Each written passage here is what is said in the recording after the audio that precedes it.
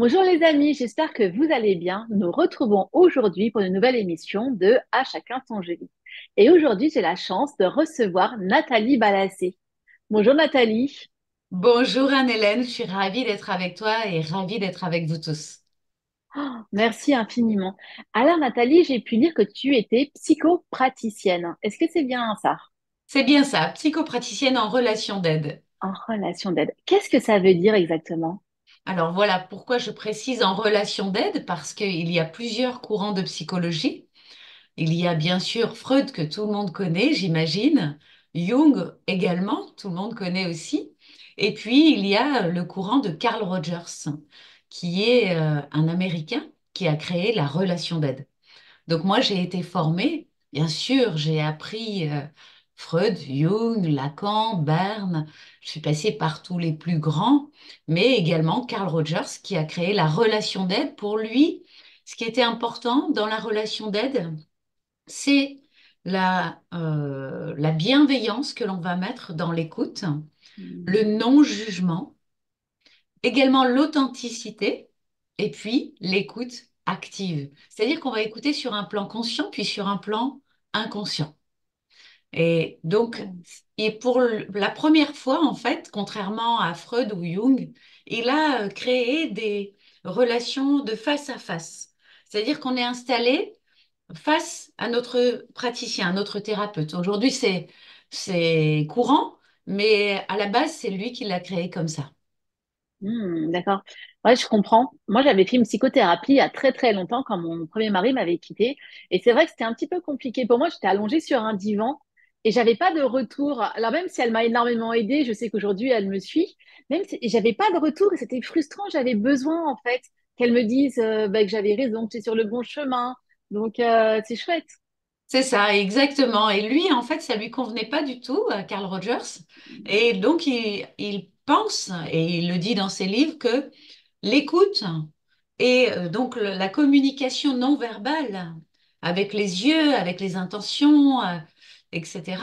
On voit quand quelqu'un nous écoute ou quand il est parti ailleurs, on le voit de suite. Eh bien, pour lui, c'est 80% de la guérison. Ah, tu vois. Hmm. Donc ça va plus vite quelque part. C'est ça. En fait, et d'ailleurs, très souvent, j'ai des personnes, parce qu'après, j'utilise des techniques de psycho-énergétique de libération émotionnelle. Et à chaque fois, les personnes me disaient, ah, mais pour la première fois, je sens que vous m'avez vraiment écouté. J'ai vu plein de gens, Ah, mais je me sentais pas écoutée. Tu vois? ouais. Et c'est Ah vrai que c'est oui. très important. Donc, on est assis confortablement dans des fauteuils, mais face à face. Et, euh, et ça, c'est... Maintenant, j'enseigne ces techniques. Aujourd'hui, voilà, j'enseigne les techniques que j'ai créées. Et c'est vrai que c'est ce que je dis toujours, on est face à face. On n'est même pas en décalé, on est face à face. Et Ah surtout, oui. on prend le moins possible de notes. On en prend quand même un peu, mais juste des mots-clés qui vont servir ensuite à libérer l'émotion ressentie qui bloque chez nous, puisque nous sommes des êtres énergétiques. L'émotion est une énergie également. Et quand elle bloque chez nous, bien elle bloque le chi qui circule dans nos méridiens. Et donc évidemment, ben, c'est ce qu'on va aussi vibrer, hein. Ça va se ressentir dans nos vibrations. Et donc c'est ce qu'on va attirer à nous. C'est pour ça qu'on a l'habitude de dire que l'intérieur est le reflet de notre extérieur et vice-versa. C'est normal, Mm. en fait. Tout est vibration. Ça, j'en suis persuadée. Et du coup, Nathalie, ça a commencé comment pour toi? À quel moment tu t'es dit, tiens, j'aimerais bien en faire mon métier? Alors, très bonne question, je te remercie. Eh bien, c'est quand j'ai touché le fond, comme beaucoup.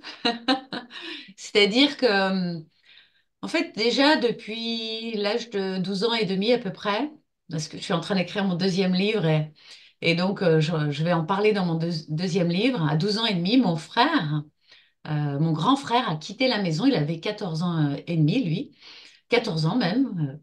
Et puis on a un an et demi d'écart. Et je me suis sentie toute seule à la maison. Et en plus, il y avait une maman qui était assez dure parce que bien, elle avait vécu des choses très difficiles elle aussi. Et elle Mm. était très jeune en plus. Donc, eh bien, c'est difficile hein, quand on est jeune, qu'on a nos propres soucis, eh bien, de contrôler nos émotions. Et donc, j'ai commencé à avoir envie de mourir jusqu'à une trentaine d'années, même, je vais dire, 31 ans et demi précisément, presque, puisque c'est l'âge où j'ai mis au monde ma fille. Et ensuite, ma fille, lorsqu'elle avait 1 an et demi, elle a commencé à me jeter des coups de pied dans le ventre. Elle voulait pas que je lui dise bonjour, elle voulait pas que je lui dise au revoir. Et là, je me suis dit, ben, je comprends pas, peut-être que il faut que je choisisse entre ma vie de mère ou ma vie de femme. Et donc, j'ai dit à mon mari, ben, il faut qu'on se quitte. Parce qu'en plus, j'avais pas d'écoute de sa part. Quand je lui disais que je comprenais pas pourquoi ma fille me rejetait, il me disait, c'est parce que tu travailles trop. Il avait raison. Je travaillais beaucoup, je travaillais dans le monde de la finance. Donc, je quittais de bonne heure la maison, je rentrais tard, je manageais toute une équipe. Bref, c'était un peu difficile. Donc, je me sentais pas entendue, je me sentais pas reconnue dans ma souffrance, qui était terrible, parce que j'avais l'impression de revivre la même chose que ce que j'avais vécu avec ma maman. Je m'étais sentie rejetée par elle. Et là, je me sentais rejetée par ma Pour fille. ta propre fille, hein. Ouais, c'est dur. Exactement. Alors que les médecins m'avaient dit que j'aurais pas d'enfant. J'avais réussi à avoir une fille. Et là, c'était encore pire que le sentiment de ne pas avoir d'enfant, quoi. C'était encore plus violent de se sentir Bah oui, je rejeté comprends. alors que là, on a un enfant. Et donc, mon mari m'a dit, bah, faut qu'on voit quelqu'un. Et Parce que moi, lui, il n'avait pas envie que vous quittiez, en fait. ah non, mais non, il y a Bah toujours oui, eu énormément d'amour entre nous. On s'est quittés quand même, parce que quand d'accord. j'ai une idée dans la tête, bon, je suis un peu têtue. Pour toi, c'était la clé. Pour toi, la Pour clé, moi, c'était cette séparation.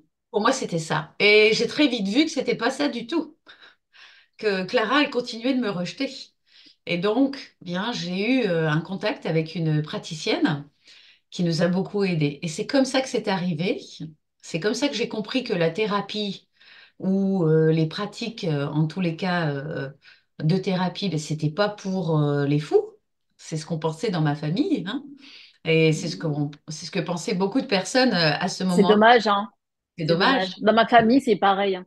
Je pense Ah qu'il y a oui. beaucoup de personnes qui auraient besoin d'être aidées et c'est dommage de rester dans ces pensées limitantes, hein. Alors que qu'est-ce que ça fait du bien? Mais oui, exactement. C'est en fait Mm. nécessaire à notre évolution. Parce que c'est pas à toi que je vais l'apprendre. Évidemment, avec ton métier, tu le sais et tu dois avoir ces retours de tes guides. Ce que l'on nous demande, c'est d'évoluer, de Mm. grandir en sagesse et en amour sur Terre. Et C'est déjà en ça. premier pour nous. Mm.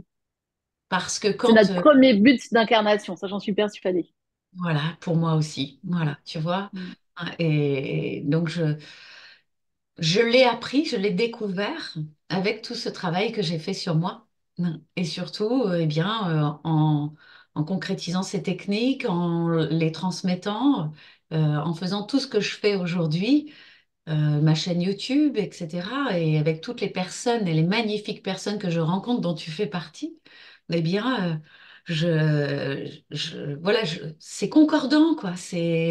Moi aussi, tu vois, des fois, je reçois des messages de mes guides et ils me disent, voilà, il faut que tu continues de donner de l'amour aux gens parce qu'ils en ont besoin pour guérir. Et donc, ben voilà, c'est... Et toi, avec ta fille, ça c'est venu très progressivement, ça s'est arrangé suite au Alors, travail que tu as fait sur toi-même. aujourd'hui, j'ai une relation merveilleuse avec mes deux filles. Parce que j'en ai deux. Parce qu'avec mon mari, en fait, la thérapie a porté ses fruits. Donc, on a compris ce qui nous séparait et ce qui nous mettait, voilà, comme ça, en conflit. Pas que sur ce sujet-là, évidemment, quand on se sépare, il n'y a pas que sur un sujet, il y en a plusieurs, hein. Et puis, eh bien, on a résolu toutes les problématiques les unes derrière les autres. On a fait notre thérapie avec cette même thérapeute pendant 1 an chacun, euh, de notre côté. Au départ, on y est allé ensemble pour voir si c'était avec elle qu'on avait envie de travailler. Et quand on a vu l'efficacité, on a dit on retourne la voir. Et donc, on l'a fait chacun de notre côté. Elle nous avait dit, si vous vous aimez encore, eh bien, après la thérapie, vous vous remettrez ensemble. Si vous ne vous aimez plus, eh bien, vous referez votre vie, mais différemment, pas avec les mêmes problématiques. Parce que sinon, Mm. Si vous ne faites pas de thérapie, eh bien vous allez renouveler les mêmes problématiques avec quelqu'un d'autre. Ça, Ouais, dans un autre couple. Ah oui. c'est ça, ça s'appelle des schémas de répétition.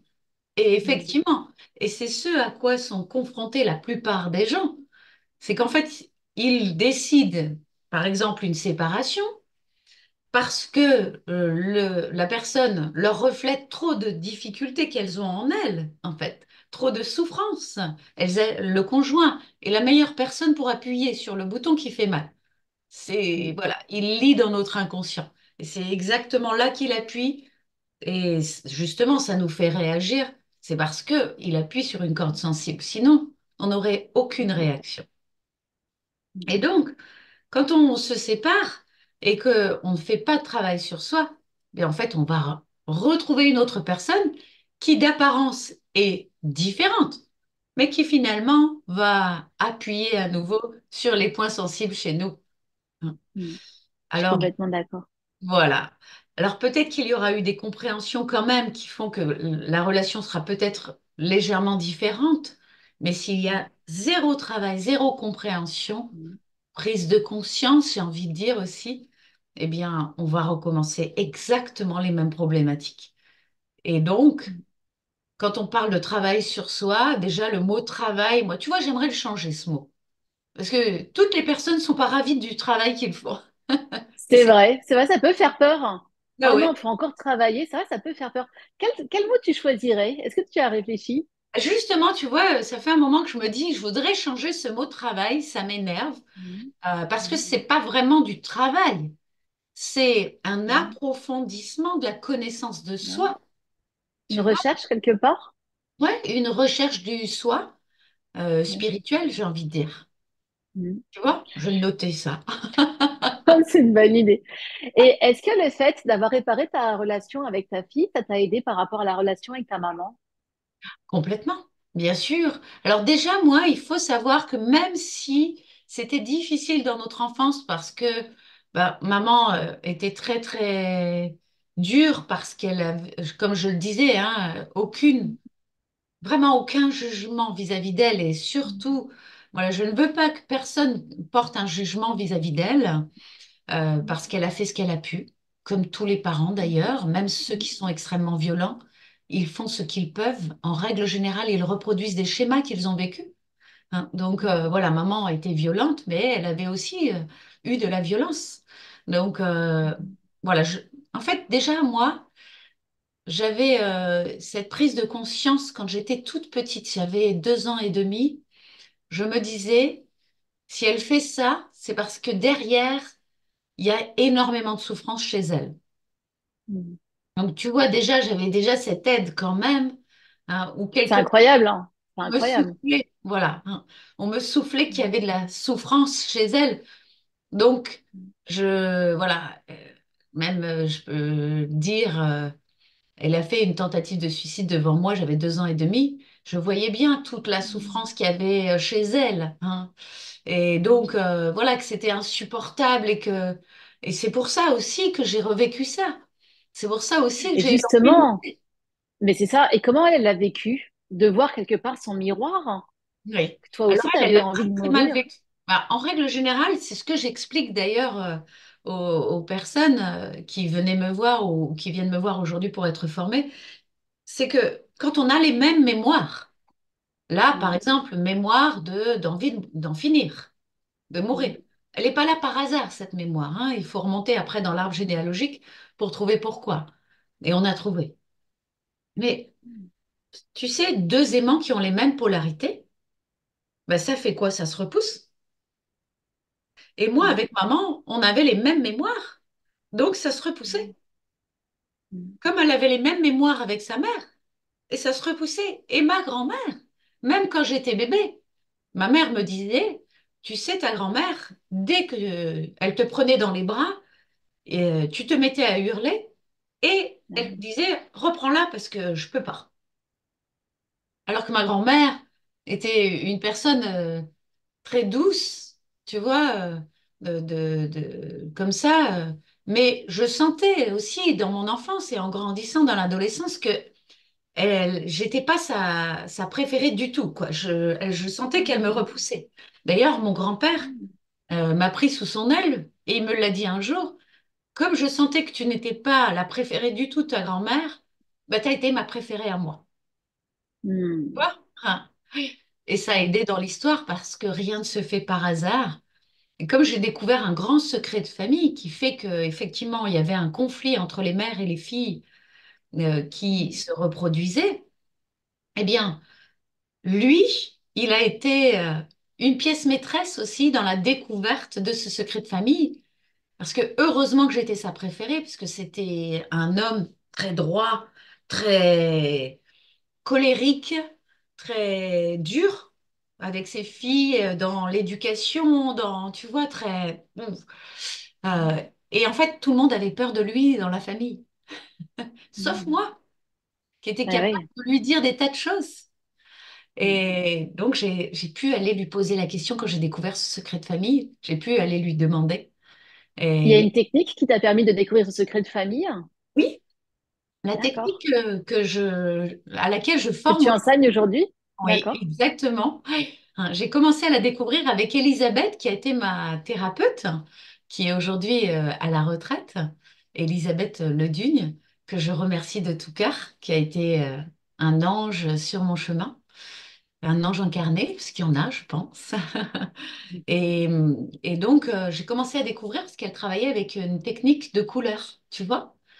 Et un jour, elle m'a demandé la souffrance qui était en moi et ce conflit entre les mères et les filles, si je pouvais utiliser une peinture, tu vois, et peindre sur les silhouettes de mon arrière-grand-mère, de ma grand-mère et ensuite de ma mère et moi, si je pouvais peindre une couleur à un endroit précis. D'accord. La même couleur. Alors, tu veux que je te raconte? Parce que Oui. tu vas voir, non, c'est pas la même couleur. Et tu vas voir, c'est très intéressant. D'accord. Ouais. Et donc, je lui dis oui. Elle me dit, bah vas-y, regarde. En fait, elle m'avait fait utiliser un petit personnage qui peignait et un lutin orange. J'ai utilisé. Donc, un lutin, ça veut dire qu'on est dans la lutte. Tu vois? Un lutin, tu vois? Hmm. On est dans la lutte. Parce qu'on utilise le langage des oiseaux, tu vois? Orange, ça veut dire or en jeu. Donc, les dévalorisations, l'or, c'est la valeur, tu vois, en jeu. Mais hors jeu aussi, orange, tu vois, donc ça veut dire mis à l'écart, rejeté, tu vois. Donc il vient symboliser en fait tout ce que je ressens, ce petit lutin, et il commence à peindre sur les silhouettes. Effectivement, je le vois peindre du violet dans le ventre de mon arrière-grand-mère. Et ensuite, du violet de la tête aux pieds sur ma grand-mère, donc dont je porte le prénom, tu vois, en deuxième prénom, hein. Et puis du jaune sur ma mère. Et Hmm. donc, elle me dit, bon, ben là, tu sais, le violet, c'est la couleur du viol. Violet. Ah. C'est la couleur aussi de la violence. Tu vois? Hein. Hmm. Et elle me dit, quand c'est dans le ventre de la mère, ça veut dire qu'il y a eu un inceste plus haut. C'est un enfant qui est violé. Oh là là. Donc, il y a un inceste plus haut. Tu vois? Et elle me dit, ta grand-mère, elle a été violée parce qu'elle est peinte de la tête aux pieds. Et donc là, ça vient dire qu'elle a été violée. Et Qu'est-ce que immédiatement, tu ressens? Qu'est-ce que tu ressens quand elle te dit ça? voilà, immédiatement, si tu veux, ce que je ressens, c'est, elle est complètement folle, cette femme. Elle est folle de me dire Ah. ça. Mais il y a quelque chose en moi qui me dit, c'est vrai, et qui l'affirme comme ça, tu vois? Et même, elle a eu un enfant de ce viol.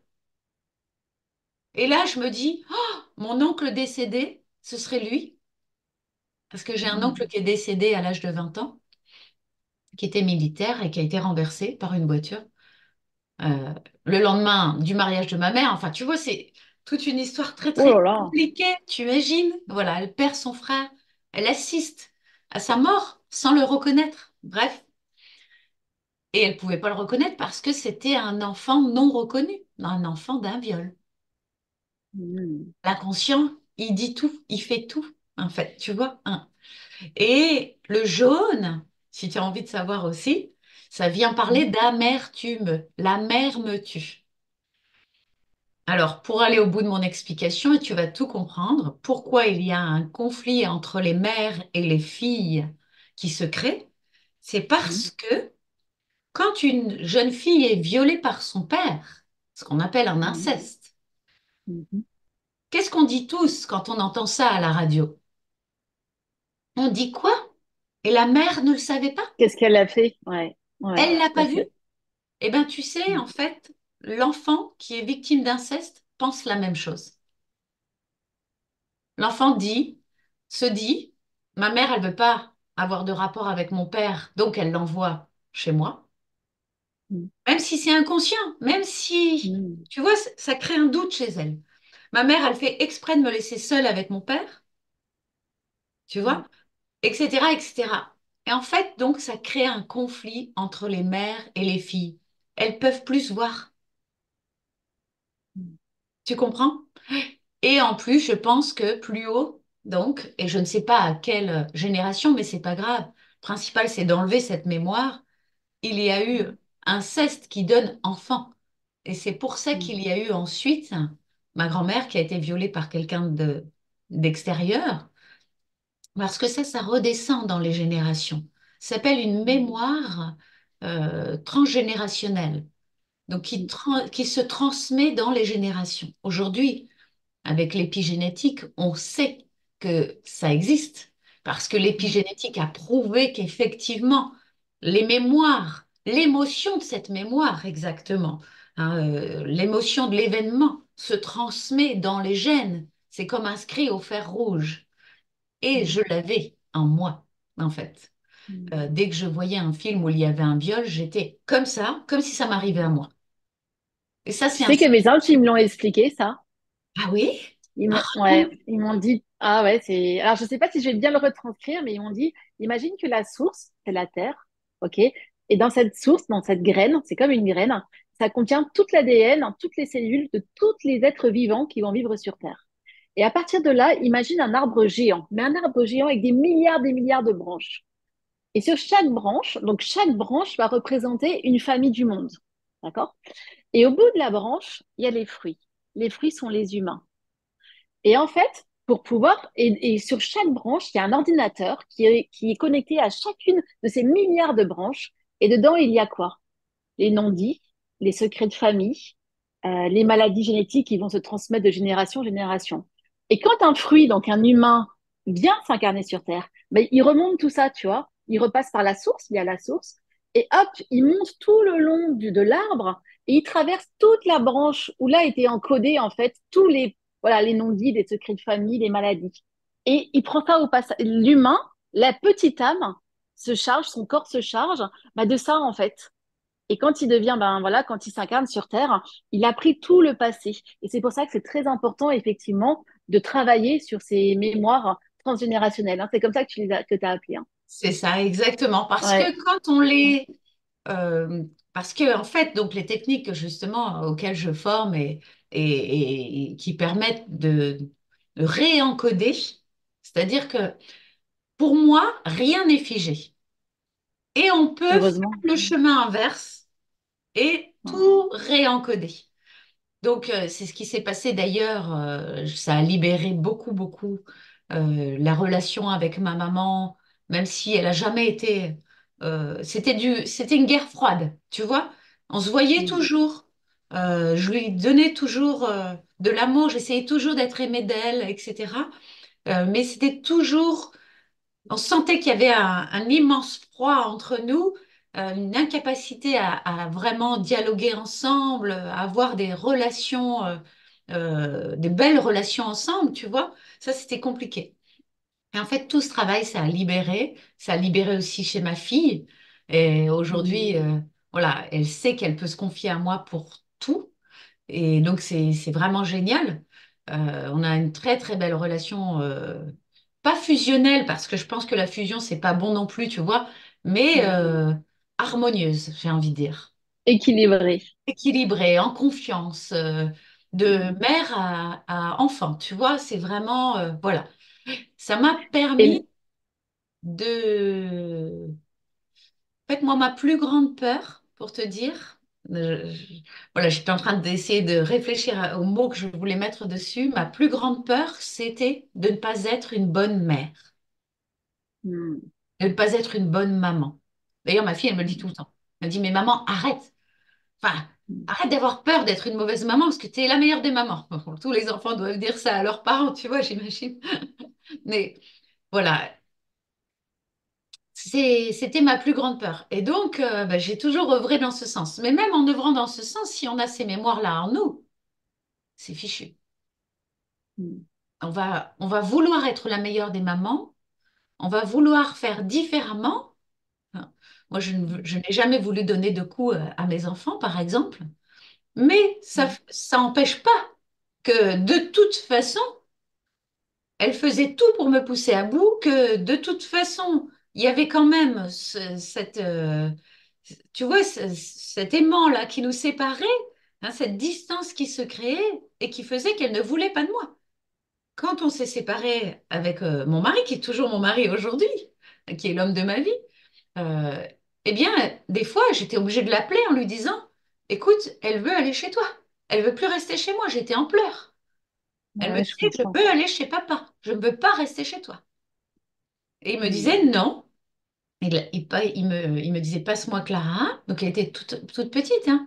Il lui disait, écoute, chérie, tu es chez maman. Tu dois rester chez maman. C'est ta maman. C'est important que tu sois avec elle.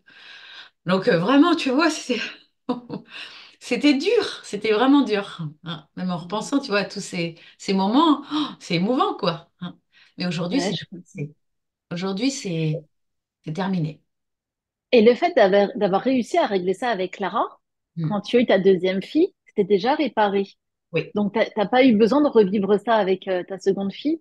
C'est ça, c'est ça. Et c'est pour ça que c'est notre devoir en tant qu'être sur Terre de faire toutes ces Mm. améliorations chez nous. Mm. Parce qu'en Mm. fait, pour moi, tu vois, c'est pour ça que le mot travail est pas du tout adapté.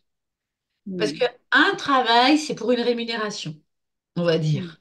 Bon, c'est aussi pour un épanouissement normalement. Normalement, on devrait tous Mm. faire un travail qui nous épanouit, hein. Mm. On devrait tous être dans la joie. Il y a beaucoup de gens qui l'ont oublié. J'espère que en leur disant ça, ils vont se dire, ah bah en fait, il faut que je me remette dans la joie. Qu'est-ce qui me met en joie et qu'est-ce que j'ai envie de faire? Tu vois? Hein. Mm. Parce que en fait, c'est pas vraiment un travail, puisque c'est en fait un retour à soi. C'est Mm. faire tomber les masques, faire tomber toutes nos peurs qui nous empêchent d'être acteurs de notre vie. D'ailleurs, mon séminaire, acteur de notre vie, voilà, il s'appelle comme ça, acteur de ta vie. Tu vois? Voilà. Mm. Parce que on a tous la possibilité d'être acteur de notre vie. Mais on l'a oublié ou on se victimise. Et parfois, on n'a pas le choix. C'est vrai, des fois, il nous arrive des choses terribles dans la vie. Mais à un moment donné, on peut transmuter. Même, j'ai vu, moi, des gens perdre des enfants. Et j'ai vu des gens, donc ça c'est pour moi la énorme des souffrances. Et pour cause, ma grand-mère a perdu son fils, donc je porte sa mémoire, hein. Donc je pense que voilà, c'est la plus horrible des souffrances. Mais certaines personnes vont pas penser ça du tout parce qu'elles n'ont pas cette mémoire. Et pour elles, ce sera autre chose. Mais en tous les cas, j'ai vu des gens transmuter, faire de l'or avec ça, Mm. créer des associations pour que ben, ça n'arrive pas à d'autres parents. Créer des quêtes d'argent pour que on favorise la recherche, pour que Mm. bien l'enfant puisse guérir de cette Guérir. maladie. Voilà. Enfin, J'ai une question à te poser justement. Qu'est-ce qui fait qu'un parent va transmuter et un autre parent ne va pas y arriver? Parce que j'ai ces cas-là. Donc, comme j'accompagne beaucoup de parents dans le deuil, j'ai les deux parents. Un modèle de parents qui vont transmuter tel que tu dis par des associations ou, voilà, ou en témoignant des signes qu'ils vont pouvoir recevoir de leur enfant. Et puis à côté de ça, tu vois, j'ai une dame qui m'a encore écrit, ça fait 10 ans que sa fille unique est décédée. D'ailleurs, elle est dans mon deuxième livre, L'infini amour, et elle m'a réécrit en me disant, ça fait 10 ans, mais j'y arrive toujours pas. Et je mm, sais pas comment faire, je sais pas quel mot lui dire. oui. Alors, Comment des parents y arrivent et d'autres non, selon toi? Je te remercie pour cette question. Écoute, j'ai rencontré plus de 1 000 personnes par an pendant 12 ans. Et donc, j'ai un petit peu d'expérience là-dessus, si tu veux. Je pense sincèrement que si on reste bloqué avec l'émotion qui est énergie en nous, par exemple, si tu discutes avec cette dame et que tu lui demandes où est-ce que se trouve son émotion d'avoir perdu sa fille, imaginons qu'elle va te dire, c'est dans mon cœur. Le cœur, c'est l'organe de l'amour. Donc déjà, tu vois, ça vient nous donner une indication. Ok, allez voir cette émotion dans votre cœur. Et là, elle te dit, c'est tout noir. Le noir, ça vient parler soit de peur de mourir, soit d'envie de mourir, soit de deuil non fait. Tu vois? Mm. Ok. Qu'est-ce que vous ressentez? Quel mot vous avez envie de mettre? Qu'est-ce qui se passe dans votre cœur? Ben, c'est comme si elle était morcelée en 1 000 morceaux. Elle va te dire, par exemple. Tu vois, c'est un exemple, hein, je ne sais pas, évidemment, je ne la connais C'est, pas. oui. Mais je te donne Mm. un cas Mm. que j'ai vécu, par exemple, tu vois. Et là, la personne, qu'est-ce qu'elle va dire? Là, en fait, si tu lui dis, mais est-ce que vous comprenez que avec un cœur en 1 000 morceaux, noir, vous ne pouvez pas bien fonctionner. Ah, j'ai la lumière sur moi, mais Mm. c'est pas grave, hein?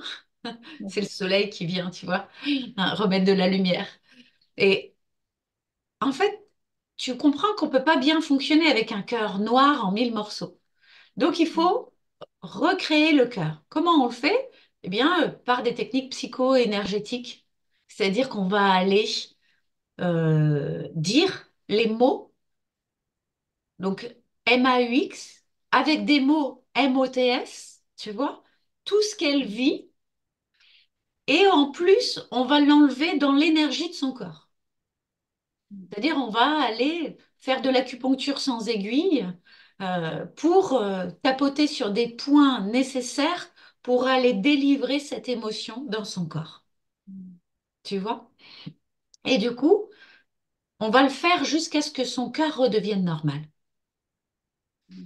Et là, eh bien, la personne va sentir un soulagement, quelque chose va se passer en elle, elle ne va plus produire, déjà, elle va plus se connecter sur les mêmes connexions neuronales qui étaient, ben, j'ai de la mort dans mon cœur, quoi, hein. Je porte le deuil de ma fille dans mon cœur, parce que c'est ça, en fait, tu vois. Hein. C'est ce qu'on va dire, d'ailleurs, on va dire, même si j'ai un cœur noir depuis que ma fille est morte, explosé en 1 000 morceaux. Je m'aime, tu vois. Tu sais, en fait, j'utilise le protocole EFT, sauf que je Oui. l'utilise avec les mots de la personne, ce qui change tout. Mm.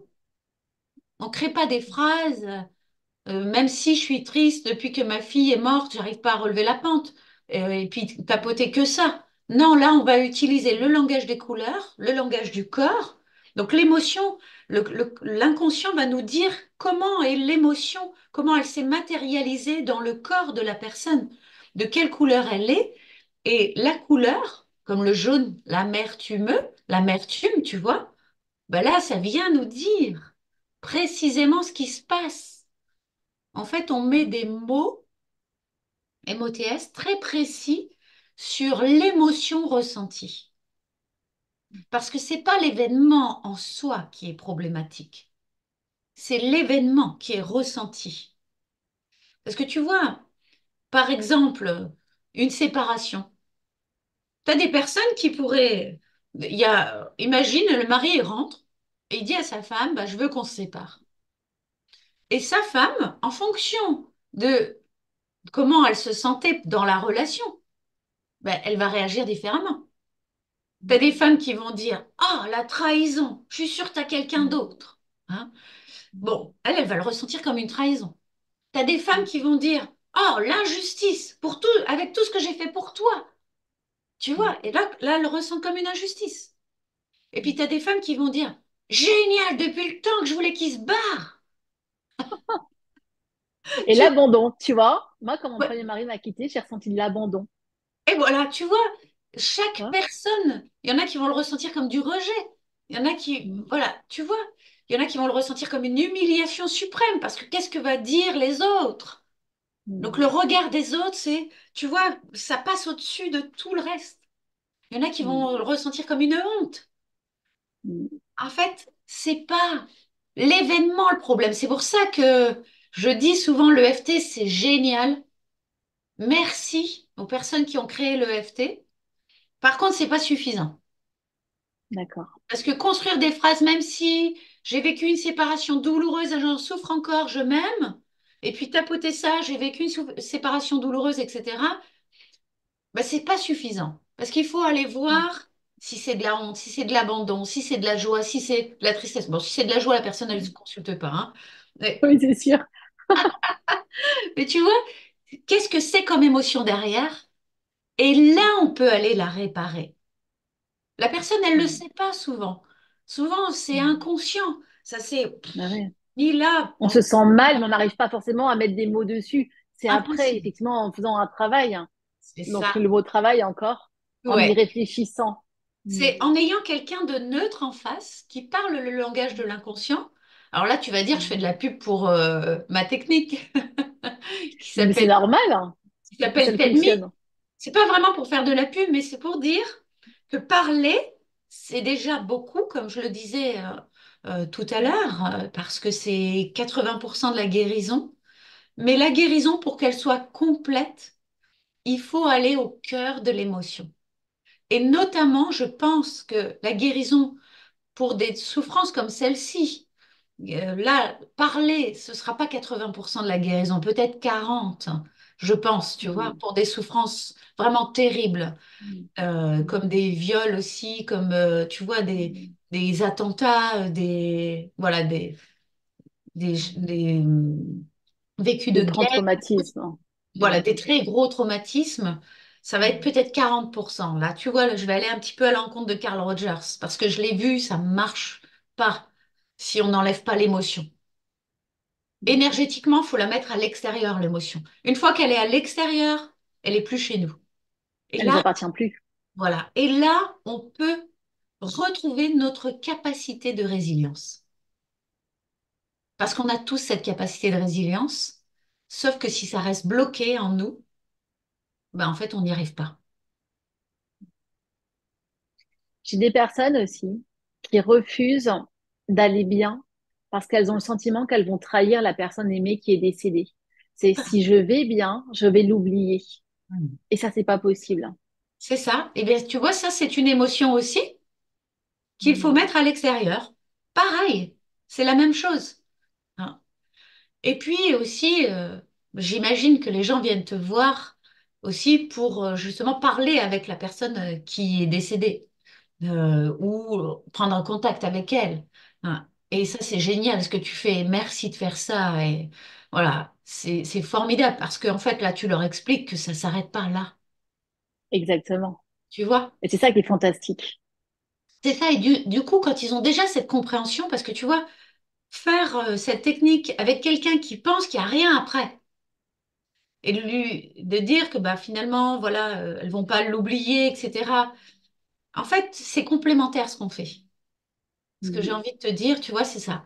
C'est que tant que la personne, elle n'a pas eu contact avec la personne décédée, avec son enfant ou avec son mari, eh bien, elle ne sait pas que ça continue après. Mm. Et du coup, c'est terrible pour elle. Parce qu'elle croit qu'il n'y a plus rien. Pour la plupart, pas tous. Il y en a qui pensent qu'il y a encore quelque chose. Mais ils ne savent pas, ils n'ont pas la vérification. Avec toi, ils l'ont. Et du coup, quand tu fais ce travail de libération émotionnelle derrière, c'est génial, quoi, hein. Mm. Et c'est ce que Tout je à fais fait. notamment aussi pendant mes séminaires. Voilà, hein. Voilà, on travaille sur les mémoires les plus douloureuses. Je fais remplir un questionnaire et peu importe le nombre de personnes qu'il y a, je lis tous les questionnaires et je sais toutes les mémoires qu'il va y avoir à travailler ensemble. Et ça, voilà. Et après, en 3 jours, on libère énormément de choses et on est en capacité, dans le troisième jour, d'écrire ce que l'on souhaite maintenant et de reprendre sa vie en main.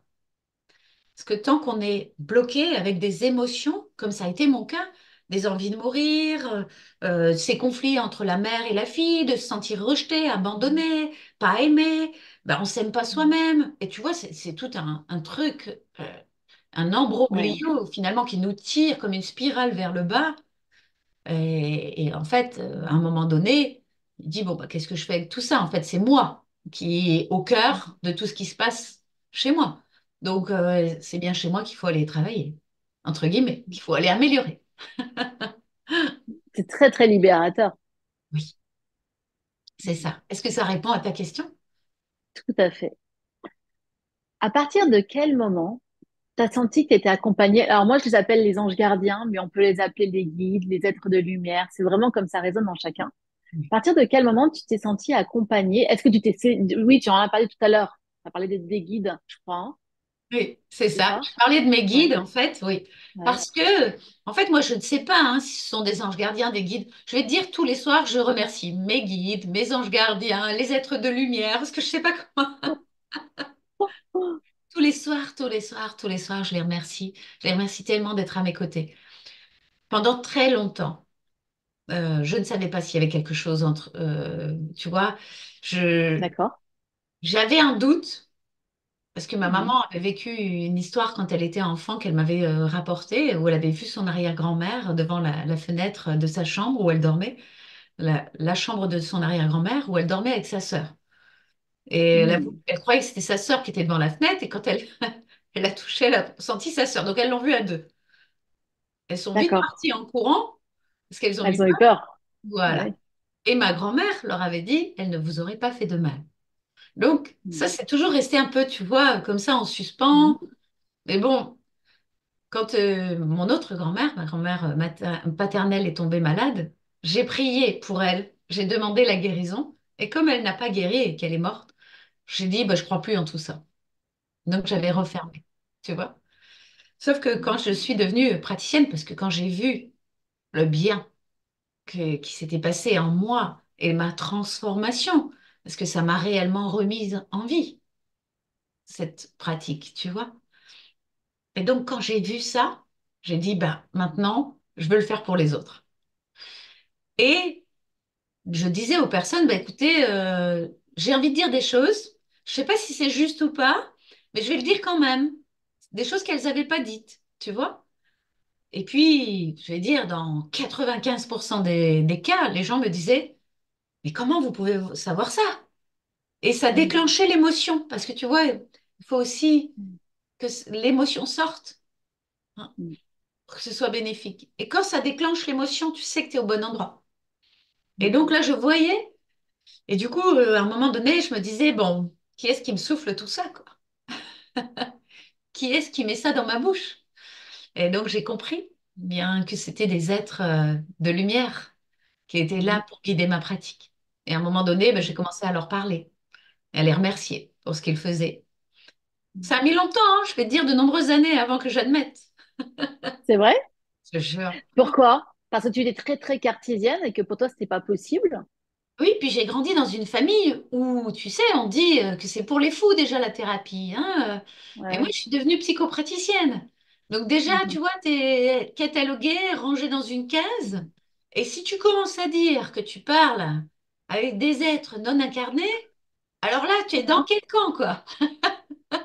Ouais. Tu vois? Voilà, c'est pour ça. Mais Et donc aujourd'hui, tu les remercies tous les jours. Donc tu as l'impression que tu collabores avec eux, qu'ils sont à tes côtés, qu'il y a un vrai échange. ah oui, ça c'est sûr.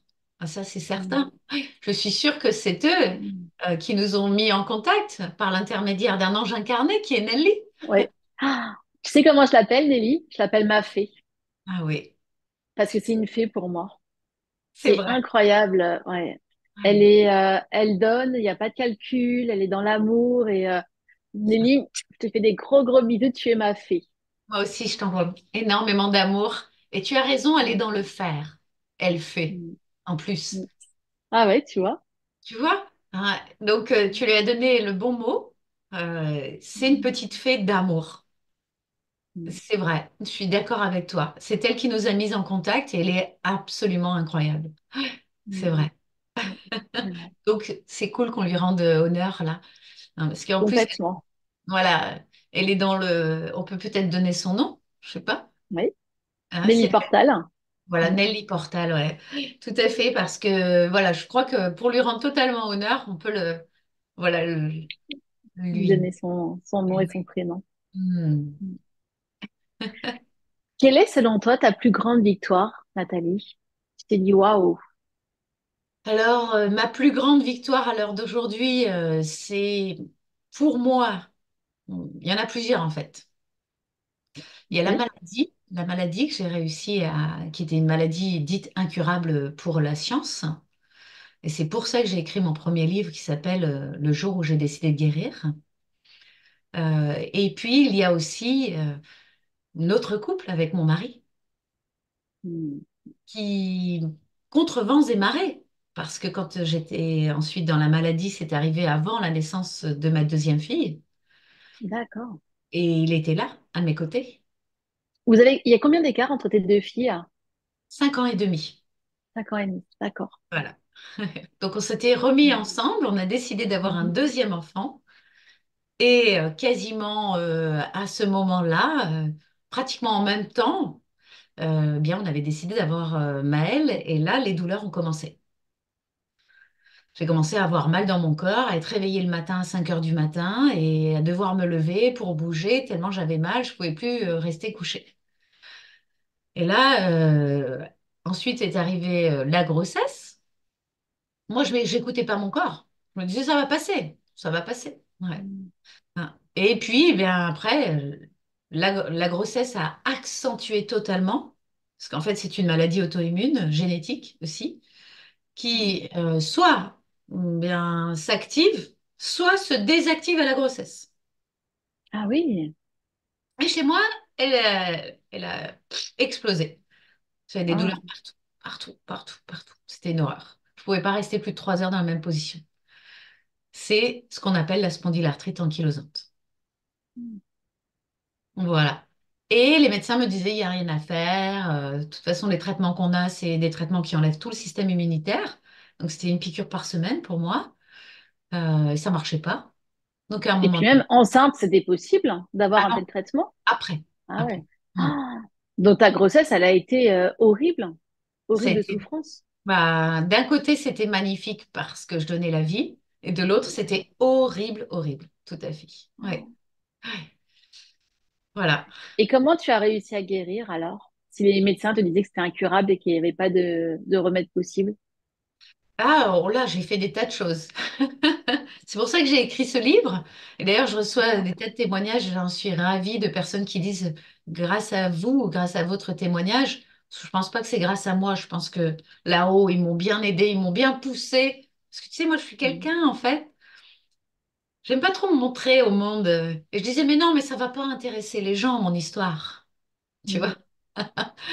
Et puis, il y a plein de gens qui me disaient, des amis qui me disaient, mais écris ton histoire quand même, c'est vachement inspirant. Et puis, les guides aussi qui me disaient, allez, vas-y, bon sang. Donc, je me suis mise à écrire. Puis en plus, moi, j'étais pas très bonne à l'école, alors je me disais, ça va être compliqué d'écrire. Tu vois.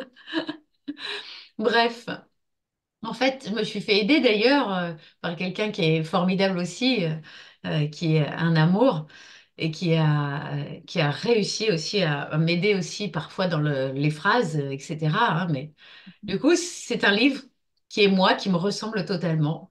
Et je dis ben, que j'ai déjà utilisé la vitamine C, D'accord, qui est extraordinaire, la vitamine C, qui devrait être donnée chaque fois qu'on est en stress. Parce qu'on ne c'est vrai. synthétise pas la vitamine C. Ah oui, ah oui, j'ai fait une vitamine C sur ma chaîne. J'ai fait une vitamine. Bah, j'ai fait. Je m'excuse, j'ai fait une vidéo sur la vitamine C hier. Ok. C'est sorti hier sur ma chaîne YouTube. Et, il y a plein de gens qui témoignent et qui disent qu'il y a même des gens qui disent qu'ils ont guéri du cancer avec de la Tu nous vitamine conseilles C. de prendre de la vitamine C tous les jours, Ah oui, complètement. même pour les ados? Ah bah bien sûr, bien sûr. Parce qu'on ne la Ok. synthétise pas. C'est un antioxydant, c'est-à-dire ça empêche les cellules de s'oxyder. T'imagines? Une cellule qui s'oxyde, on le voit bien sur quelque chose qui est rouillé. C'est Mhm. compliqué d'articuler quelque chose qui est rouillé, hein? Eh ben, Mhm. chez nous, c'est pareil, en fait. L'oxydation, ça empêche l'énergie de bien circuler, les fluides, de se nettoyer, de se détoxifier. Donc, en fait, à un moment donné, eh bien, si on n'est pas, si c'est une accumulation de toxines dans le corps qui crée de l'arthrite, de l'arthrose, de la spondylarthrite, toutes ces maladies, en fait, tu vois, en inflammation. Pourquoi? Parce que notre corps, il s'enflamme Mm. à cause Et des tu nous toxines. conseilles, si on la fixe pas, comme tu dis, ça veut dire qu'il faudrait qu'on la prenne en continu? C'est pas une cure si on la prend toujours en continu, c'est ça? Bien sûr. Et d'ailleurs, il y a de nombreux médecins, dont Jean-Pierre Corson, qui disait il faut prendre 2,5 grammes minimum par jour. Ah Tu vois, moi, oui. tiens, tu vois, j'ai un broc d'eau à côté de moi. Dedans, il y a de la Mhm. vitamine C. D'accord, Je bois de la vitamine C tous les jours, d'accord. en poudre, tu vois, parce que chez nous, en France, en intraveineuse, on n'en trouve pas. Ah, ça doit faire mal aussi, non? Alors, bah oui et non, Mm. parce que ça dépend, en fait. Tu vois, moi, heureusement, je suis tombée sur un livre d'un monsieur qui avait guéri de la spondylarthrite ankylosante avec 60 grammes de vitamine C en intraveineuse tous les jours pendant 6 mois. Mais il avait Oh. plus que 6 mois à vivre, il était sous morphine, en permanence, toute la journée. Moi, j'étais sous morphine 10 à 15 jours par mois, Ah, c'est énorme. tu vois? Donc, c'était déjà bien avancé. J'étais reconnue hein, en invalidité à plus de 80%, pour te dire. Et à partir du moment où tu t'es dit, je vais guérir, il s'est passé, et où tu as guéri, il s'est passé combien de temps? Beaucoup de temps, presque 9 ans. Ah, c'est vrai. Ah oui, eh T'as oui, tenu bon pendant 9 ans? oui, c'est ça. Mais tu sais, j'avais empoisonné mon corps avec des mauvaises pensées sur moi, des envies de mourir, qui sont énergétiques aussi. Tu te rends compte, on se met tout ça à l'intérieur. Quand on sait qu'un Mm. mot peut créer un mot d'amour, par exemple, peut créer un magnifique Mm. cristal. Hein, on le voit avec Mm. Masaru Emoto. Et que bah, des mots méchants désorganisent complètement l'eau. Mm. Bah, nous, c'est pareil, on est constitué à 80% d'eau. Donc j'avais Mm. empoisonné mon corps pendant des années avec de mauvaises Mm. pensées sur moi. Tu vois? Mm. Hein. Et aussi, bah, je me trouvais pas digne d'être aimée. Voilà, j'avais peur du rejet. Je faisais tout pour être aimée. Donc, je donnais tout, tout le temps sans penser à moi. Enfin, des tas de trucs, tu vois. Mm. Et puis, j'ai travaillé sur toutes ces mémoires transgénérationnelles. Comme je l'ai dit tout Mm. à l'heure, ma grand-mère a été violée. Quand on est en fauteuil Mm. roulant, parce que j'ai eu l'ordonnance pour un fauteuil roulant, c'est Mm. cette nuit-là où j'ai décidé de guérir, en fait. Mm. Quand on est dans un fauteuil roulant, évidemment que bah, c'est plus difficile pour être violé. Surtout quand bah, plus rien ne fonctionne. Les jambes ne s'ouvrent plus. Mm. Voilà, tu vois, on peut plus bouger, on est prisonnier dans son corps. C'est Mm. compliqué, tu vois. C'est pour ça que la guérison, elle passe par la guérison du corps, oui, bien sûr, mais la guérison de l'esprit aussi. Mm. Il faut travailler, entre guillemets, faut qu'on trouve un autre mot. Oui. Il faut libérer. Voilà, Mm. toutes les mémoires de souffrance qui sont en nous. Mm. Et il faut libérer le corps de tout ce qu'on a mis de mauvais en lui. Donc il faut passer par l'alimentation, par le sport, par l'environnement. Est-ce qu'il est toxique pour nous ou pas? Parce que ça aussi, Ouais, mais tu te rends compte, c'est une énorme remise en cause. Il y a des gens qui, ça demande beaucoup de courage. Pour moi, ça demande beaucoup de courage de remettre comme ça en cause. Et il y a des gens qui peuvent être dans le déni. Il y a des gens qui se mentent aussi à eux-mêmes. Des gens qui vont te dire, je suis malade et qui vont prendre aussi ce statut de victime. Pas tout le monde, hein, attention, hein, mais des personnes tu vois, qui prennent ça un petit peu comme si c'était une fatalité. c'est vrai. Alors, je vais te dire le fond de ma pensée et tu vas me dire si tu es d'accord avec moi ou pas, parce que c'est les messages qu'on me fait, Ok. que tout ce qui est souffrance, que ce soit du corps ou de l'esprit, qui n'est pas nettoyé ici dans cette vie-là, lorsque l'on reviendra pour une nouvelle incarnation, parce qu'on aura encore du travail, entre guillemets, Mm. on aura encore des libérations à faire, eh bien on reviendra avec. Donc je pense que c'est nécessaire de le faire maintenant. Je suis complètement d'accord. Tu vois, j'en parlais avec quelqu'un en lui disant, c'est pas grave, hein. Tout ce que tu feras pas dans cette vie-là, tu seras amené à le refaire dans une autre vie. Et quelque part, c'était pour lui dire, et le déclic, ne perds pas de temps, ça serait dommage de devoir recommencer. Tu vois, il y a d'autres choses à faire après dans une vie prochaine. Mais c'était vraiment pour lui dire, tant pis, c'est pas grave, hein. Tout ce que tu feras pas là, dans cette vie-là, tu seras amené à recommencer dans une autre vie. C'est-à-dire de dire, bah, réfléchis quand même. C'est ça, exactement. C'est pour ça que c'est pas tellement une question de courage. Mm. C'est est-ce que je veux m'élever de plus en plus, être de plus en plus en accord avec moi-même et remplir la mission qui est la mienne, c'est-à-dire de m'aimer sur Terre pour pouvoir Mm. ensuite déborder d'amour sur les autres? Ou est-ce que je Mm. reste dans ma souffrance, je meurs avec, et quand je reviendrai, peut-être j'aurai davantage de courage, mais de toute façon, à un moment donné, je serai obligée de le faire. Mm. Tu vois? Non, mais c'est exactement ça. Après, voilà, faut vraiment avoir conscience de pourquoi on est là sur Terre. Tu sais, il y a plein de gens qui me disent, ah, j'ai pas les réponses, hein. Il y a plein de gens qui me disent, Adélène, quelle est ma mission de vie? Et ils sont déçus quand je leur réponds, la première mission de vie, c'est d'apprendre à aimer, c'est de s'aimer, c'est de créer de l'amour et de la joie sur Terre.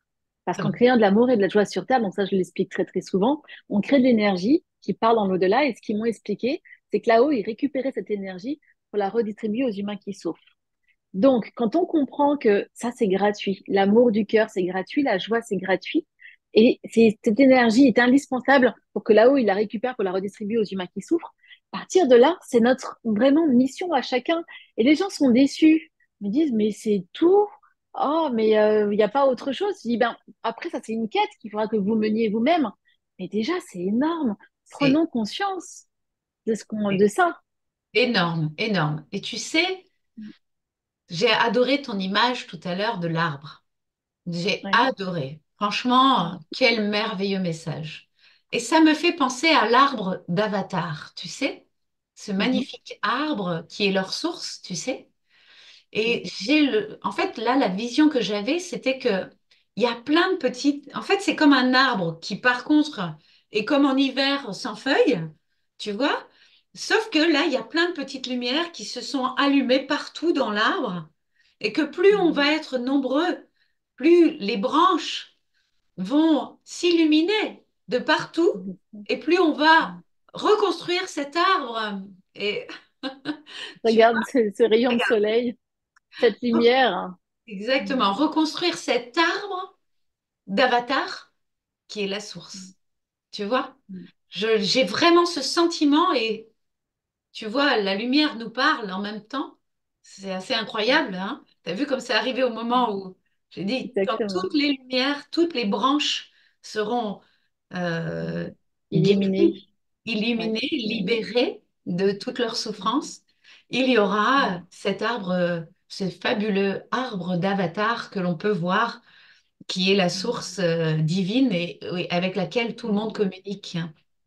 Tu vois, voilà. Hein. Et Incroyable, ça, hein. c'est mon vœu. C'est mon vœu vraiment le plus cher.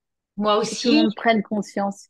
oui, moi aussi. Et maintenant, et grâce à toi, et je t'en remercie pour ça, je mettrai une image, parce que moi j'adore mettre des images sur mes visualisations. Jusqu'à présent, je demandais la paix, l'harmonie sur Terre à la fin de toutes mes méditations. Mais aujourd'hui, je mettrai cet arbre. Regarde, Ah, mais c'est c'est incroyable. incroyable! C'est incroyable, tu te rends compte? On va croire qu'il y a quelqu'un qui met un projecteur sur moi quand je parle ou quoi? C'est vrai. C'est le soleil. En fait, je suis face à une Ouais. fenêtre. Et comme j'avais vu que ce matin c'était nuageux, je m'étais dit, bon, bah, pas de problème, je ferme pas le volet. Tu vois? Et en fait, j'ai pas eu besoin. Eh ben, écoute, c'est fantastique. On va arriver à la fin de cette émission, Nathalie. Et qu'est-ce que tu aurais à nous transmettre? Ah, je voudrais dire à chacun que nous sommes des êtres divins. Nous sommes des êtres de lumière incarnés dans un corps qui est un peu comme un pyjama ou un vêtement qu'on utilise pour cette vie, mais qu'on va laisser ensuite. Soit en terre, soit peu importe, lors d'une crémation, mais peu importe. On va le laisser à un moment donné, mais on sera toujours cet être de lumière avec notre mémoire d'être humain. Et c'est très respecté, je pense, par les êtres de lumière, ce passage sur Terre, parce que ce n'est pas un passage facile. C'est un passage qui est vraiment une éducation pour nous, à être de plus en plus amour. On l'a dit, mais je vais le redire, à Mhm. être de plus en plus lumineux, à être de plus en plus un arbre entier. Tu vois? Voilà ce que j'ai envie de dire. Mais c'est très beau. Je te remercie. Et je te dis à très bientôt alors.